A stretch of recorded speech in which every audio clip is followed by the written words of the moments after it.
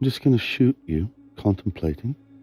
I want you to look over to your right, and I want you to see a small bird in the tree.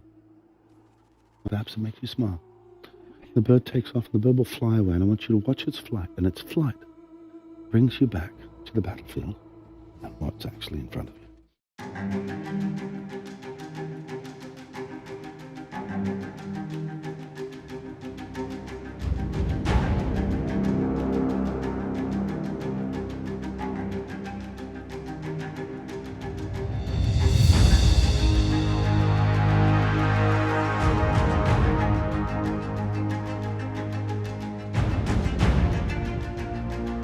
This movie is kind of special, isn't it? The energy around what we were doing was very fractured. You know, I did think a couple of times maybe my best option is just to get on a plane and get out of here, you know.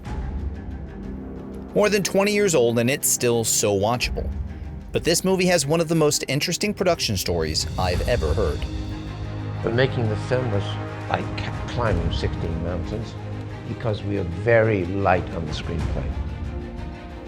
There was basically no script, and they had already started filming. So when we actually started that film, we had 21 pages of script that we agreed on. You know, a script is usually between 103 or 4 or 110 pages, something like that. So we had a long way to go. By all accounts, Gladiator should probably have been a failure of a movie. The actor portraying the antagonist was mostly unknown, and the demands for his performance was pretty high. Initially, I think you're like, how do I do? Who am I kidding? I'm from Florida. I'm going to walk out and wave. Richard Harris, who's playing Marcus Aurelius, is visibly old and frail and joking about retiring while he's on set. Every picture I've done in the past 10 years has been my last.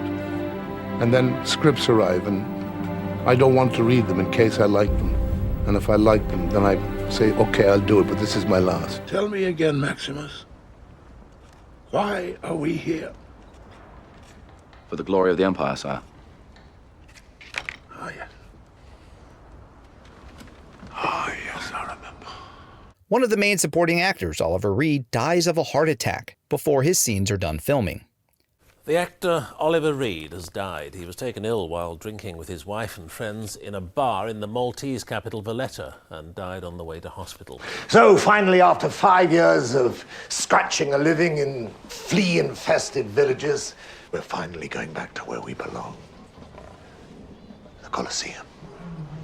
The movie, compared to the history it's meant to imitate, is wildly inaccurate in almost every single event. That is the world which I created. How will the world speak my name in years to come? Will I be known as the philosopher, the warrior, the tyrant? Or will I be the emperor who gave Rome back her true self? You will not be emperor.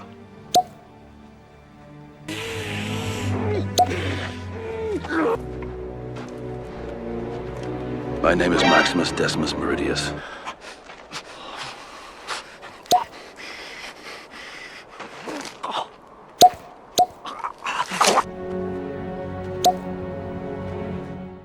And there are 21 pages of a script written of what should be 110, and the main actor, Russell Crowe, is considering leaving the job. But somehow, with all of these problems, it still works. It works because Ridley Scott is a visionary. I don't mean in the sort of throwaway usage of that word either, visionary. When I draw, I get sucked into the scene.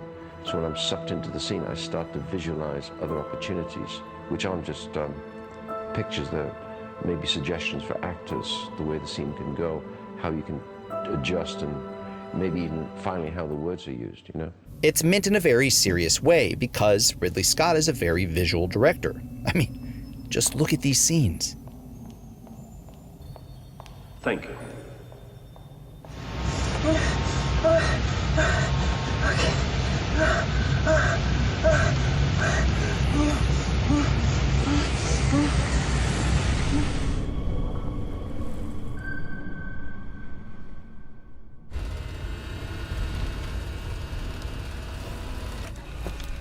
Ridley Scott also understands that a film is about story and creating a window into the world that he is portraying, that characters are what drive the story forward.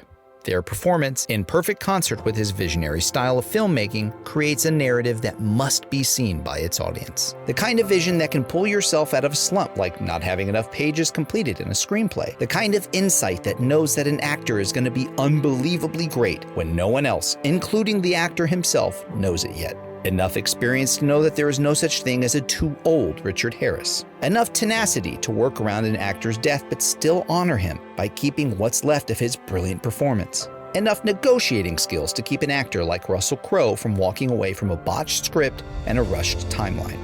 And finally, enough experience to know that it isn't necessarily the accuracy of the history that tells the story, but rather it's the characters in the world that they live in that do. And I've got a double standing in his Roman leather armor and tunic.